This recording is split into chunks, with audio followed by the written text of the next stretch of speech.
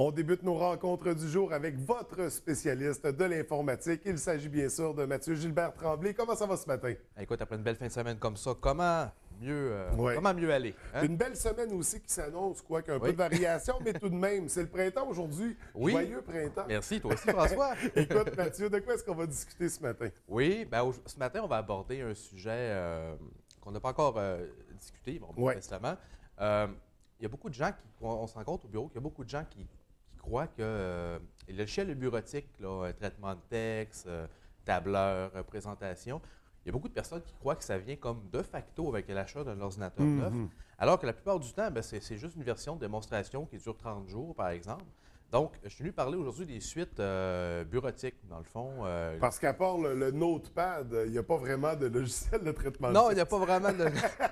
Ça fait pas des très, très beaux CV, Non, je peux non te garantir, plus. non. Puis alors, on parle de suite bureautique ce matin. Oui, exactement. En OK. fait, on va commencer par la principale que les gens connaissent, le fameux Microsoft Office. Le plus répandu, probablement. C'est le plus répandu, c'est le standard dans le domaine. Ouais. Par contre, il n'y a pas beaucoup de gens nécessairement qui savent qu'il existe plusieurs versions de ce logiciel-là qui correspondent à différents besoins. OK. OK? Donc, la plupart des gens vont avoir besoin du logiciel Word, qui est le logiciel de traitement de texte. Le logiciel Excel, qui est notre tableur, qui permet de faire des colonnes, faire des calculs, faire des budgets, un paquet d'affaires. Puis il y a le logiciel PowerPoint aussi, qui normalement est utilisé pour faire des présentations, mais qui sert à ouvrir des affaires drôles, là, la plupart du temps, qu'on reçoit par courriel. C'est OK? ça. Donc, ces trois logiciels-là, c'est un peu comme, je te dirais, le squelette là, de Microsoft Office. C'est présent dans toutes les suites Les trois Office. outils de base. C'est ça, exactement. Donc, quand on veut avoir accès à ces trois outils-là, plus un logiciel pour les étudiants qui s'appelle Microsoft OneNote, c'est un logiciel de prise de notes. OK. Oui, celui-là est inclus dans toutes les suites. On va parler de la suite familiale. D'accord? OK? Famille étudiant. Celle qu'on appelle. va avoir à la maison. Oui, c'est ça. C'est une suite qui va s'étaler aux alentours d'environ, je dirais à peu près environ entre 120 à 130 environ. À débourser une seule fois. À on débourser une seule fois. OK? Les prix que je te donne là, moi, c'est toujours une version qui n'a pas de CD. OK? l'a. OK. De toute manière, on peut le télécharger là, un nombre infini de fois sur le site là, de Microsoft, aucun problème. Le CD, le DVD sont de moins en moins présents là, en informatique. C'est en train de disparaître On progressivement. télécharge ça à partir du site, on donne toutes nos informations. C'est beaucoup plus simple, puis ça fait qu'on ne perd plus non plus l'outil où on ne Tout le à fait. graphine pas, où il y avait tout son lot de problèmes qui venaient avec. C'est préférable comme ça, je pense. Oui, oui, tout à fait. Non, c'est très, très bien. Puis c'est pas un gros fichier non plus. Oui. Donc, dans ces prix-là, si vous êtes dans un cadre d'affaires, il y a fort à parier que vous ayez besoin, en plus de Word, Excel, PowerPoint, vous ayez peut-être besoin d'une messagerie de courriel professionnelle qu'on appelle Outlook. Oui. À ce moment-là, on va se diriger vers la prochaine version, qui est la version de Microsoft Office, Famille et PME. OK. Donc, ça inclut tout ce qu'il y a dans la suite précédemment. En plus, il y a le logiciel Outlook, OK? Qui est, encore une fois, le standard pas mal assez répandu dans le domaine Oui. des affaires. Même à la maison, des fois, les gens qui ont des adresses avec des retailers, par exemple, un bon moyen de les consulter, c'est de passer par le logiciel Outlook. C'est conçu pour ça. On peut se connecter avec d'autres adresses à partir d'Outlook?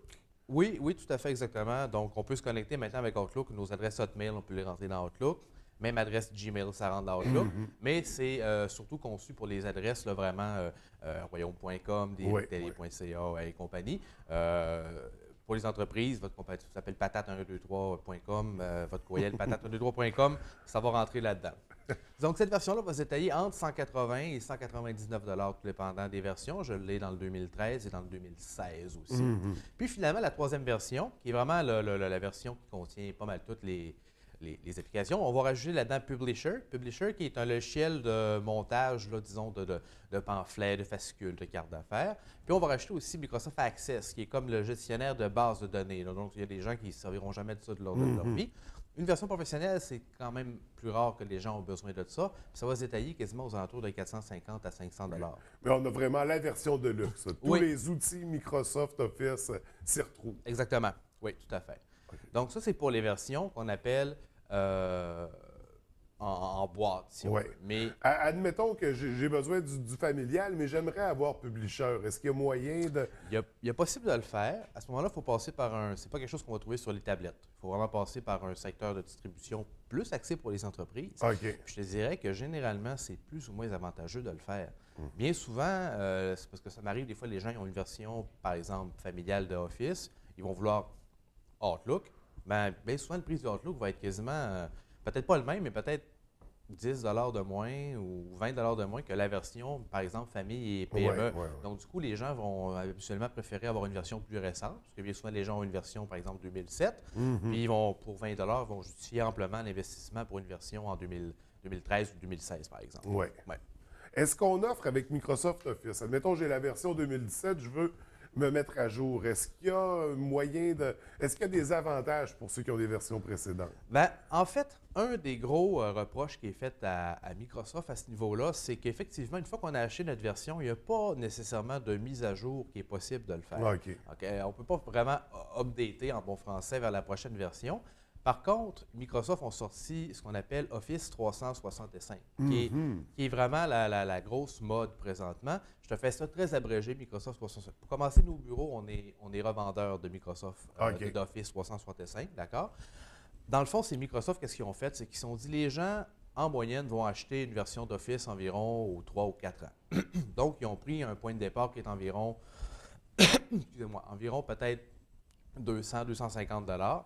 Puis ils se sont dit, qu'est-ce qu'on va faire? C'est qu'on va prendre ce montant-là, puis on va transférer ça en abonnement mensuel. OK? Donc, Office 365, c'est vraiment une version, c'est un abonnement qu'on paye à Microsoft à tous les mois. Ça peut varier, mais le forfait qui commence intéressant, c'est entre près 12 ou 13 $ par mois. OK? Ça nous donne plusieurs avantages. Le premier, c'est que ça nous donne une version, ça nous donne toujours la version la plus récente de Microsoft Office, disponible au téléchargement, ainsi que la version précédente. Donc, présentement, vous pouvez télécharger Office 2016 parfaitement légalement, l'installer jusqu'à 15 machines. Donc, c'est quand même intéressant. Puis, vous pouvez aussi télécharger la version Office 2013. Puis, quand la version, par exemple, 2018 va sortir, à ce moment-là, vous allez être en mesure se met à jour gratuitement. 2018 gratuitement, puis vous allez être en mesure de vous rétrograder à la version 2016. Fait que toujours accès à la version précédente. Là, j'ai parlé de 15 licences. Gardez en tête que Microsoft, à des fins de légalité, la licence, c'est une licence qui est vendue à une personne. Autrement dit, même si ça peut être installé sur 15 ordinateurs... Ça serait pour le même utilisateur. Pour le même utilisateur. Donc, par exemple, votre portable au bureau, votre ordinateur à la maison. Puis bon, là, les gens maintenant... Qu'est-ce qu'ils font avec ça? Ça ne me regarde pas, mais pour rester vraiment fair play dans la légalité, il faut s'en tenir. Officiellement, il faut y aller dans ce En plus, c'est une version professionnelle d'Office que vous avez. Donc, on a tout, c'est le Oui, gros exactement. Donc, ça le vaut quasiment 450 $, ce qui est vraiment intéressant. Ça, c'est le premier à 12 avantage. piastres par mois, oui, c'est très intéressant parce que dans le fond, c'est à peu près ce que les gens investissent. Ils changent leurs ordinateurs environ aux 3-4 ans. À tous les fois, on achète un Office, donc super intéressant. Aussi, ça vous donne un TB, donc 1000 gigs d'espace sur OneDrive. OK? Juste ça vaut quasiment... documents de traitement de texte, ça fait du fichier. Oui, mais c'est pas juste du fichier. En fait, ça te donne vraiment un disque dur. Tu te rappelles, dans la chronique sur les sauvegardes, j'invitais des gens à se créer un petit compte comme ça sur Internet, sur le cloud, finalement, pour stocker des données. On peut stocker ce qu'on veut, là, des photos de famille, des vidéos. Sauf que la plupart des forfaits de départ de ces compagnies-là commencent à 5 gigs. Puis là, on en a 1000. Donc, 1000, là, ton disque dur à la maison, il n'y a pas 1000 gigs dessus. Là. Fait que c'est vraiment beaucoup d'espace. Fait que c'est une belle valeur ajoutée. Puis, ça donne aussi accès à Office online. Autrement dit, une suite complète d'Office, mais en ligne. Donc, si jamais tu es en voyage quelque part, tu as besoin d'aller consulter un document que tu as fait, ton tableur pour un budget, tu as une version en ligne complète qui est fonctionnelle sur mobile, sur tablette, sur téléphone, accessible par Internet, sur n'importe quel navigateur, partout dans le monde. Fait qu'à 12-13 $ par mois, c'est très abordable. C'est une belle solution. J'invite les gens là, à me contacter au bureau. Puis, je pourrais leur donner plus de détails à ce moment-là. Donc, Office 365, un beau produit de Microsoft Office à découvrir. On sait qu'il y a d'autres alternatives, Mathieu. Souvent, les gens ont des moyens financiers limités, trouvent que c'est difficile d'investir dans un logiciel de traitement de texte. Qu'est-ce qu'on réfère dans ce temps-là? Qu'est-ce qu'on suggère? Il y a des gens, il y a quelques années, qui se sont insurgés. Ils trouvaient ça aberrant que les logiciels d'Office, ils il soit si cher que ça. Effectivement, ça a déjà été beaucoup plus cher que ça. Ouais. Ça a déjà été plus dispendieux finalement. Il existe des alternatives gratuites. OK? La plupart de ces alternatives-là sont open source, qu'on appelle. Donc, c'est du développement, disons, volontaire, fait par des passionnés d'informatique, un peu comme moi. Ces logiciels-là sont gratuits. Il y a, par exemple, OpenOffice. Ouais. Il y a StarOffice qui existe aussi. OK? Je te mentirais si je te disais que ça fonctionne pas bien, ça fonctionne bien, ça va livrer la marchandise. Mais ça prend quand même un minimum de connaissances parce que souvent, toute la gamme de produits ne viendront pas avec. Il faut aller chercher des modules complémentaires. C'est un bon point que tu amènes là. L'autre chose qui arrive aussi, c'est que c'est pas une même mentalité. C'est pas la même mentalité parce que Microsoft a beaucoup de ces processus qui sont carrément brevetés. Ouais. Donc, ils n'ont pas le droit de juste prendre le logiciel et de le copier intégralement. Donc, quelqu'un qui est... C'est drôle, je le conseille souvent à des gens qui n'ont jamais touché à Office ou des gens qui ont 20 ans d'expérience d'Office, mais jamais entre les deux. Parce qu'on dirait que quand tu sais débrouiller avec Office, mais tu sais, sans plus, les gens se retrouvent facilement dépaysés dans OpenOffice, par exemple. Ouais. Mais quelqu'un qui n'a jamais, c'est un monsieur de 70 ans qui n'a jamais touché un ordinateur de sa vie, il veut se payer une gâterie, bien souvent, là, pour y sauver quelques frais, j'y conseille d'essayer avec OpenOffice. Si ça vous plaît, tant mieux, je vais vous faire sauver 150 $. Sinon, revenez me voir, on pourra regarder pour Office. Ouais. Ça fonctionne bien, mais dans un contexte d'affaires, oubliez ça. Non, le bordel point, les fichiers, ça fonctionne un plus problème ou moins. de compatibilité aussi. La mise en page peut changer quand on ouvre un point doc ou un point ODT, je pense. Oui, si vous vous trouvez un peu à devenir le mouton noir, là, toutes les entreprises, 90 95 des entreprises vont se servir de Office. Là, vous avez votre OpenOffice, là, les gens vont vous contacter, ça ne fonctionne pas. Fait que c'est plus pour une utilisation personnelle, oui, disons. tout à fait. Étudiants, très bonne alternative pour les étudiants. Tout à fait. Je crois même que dans les cégeps, là, c'est même encouragé d'utiliser des suites, on retrouve beaucoup de logiciels libres en milieu scolaire. Oui. Mais quand même, il y a ses avantages, il y a ses désavantages. En milieu professionnel, on est mieux d'y aller avec les outils professionnels.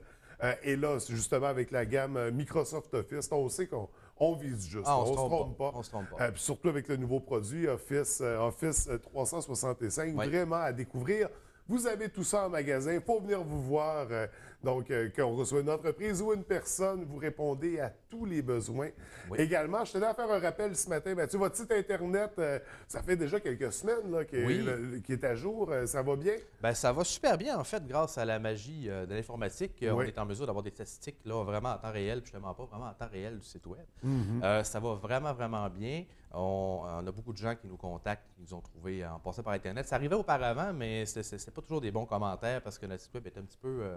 Mais maintenant, on a vraiment un beau site Web. Les gens peuvent directement se rendre là-dessus, puis vraiment rentrer en contact avec tous les intervenants, là, les gens à la papeterie, moi directement, Danny pour les photocopieurs, par exemple. On a même une adresse générique pour des questions. Notre page Facebook, ça roule super bien aussi. Fait que, en plus, c'est pas compliqué, le site Web, c'est fti.qc. Aussi simple que ça. C'est ça, il y a 8 lettres. Là. Et la page Facebook, bien sûr, on invite les gens à vous suivre. Les chroniques, les capsules se retrouvent. Beaucoup d'informations aussi. D'ailleurs, il y a de la publicité, des conseils, des trucs, des astuces. Très intéressant comme page Facebook. Mathieu, écoute, c'est le temps qu'on avait pour ce matin. Merci beaucoup. Nous, on se retrouve la semaine prochaine. La semaine prochaine déjà, ça va vite. Donc, on reprend notre horaire régulier. Mercredi, la semaine prochaine.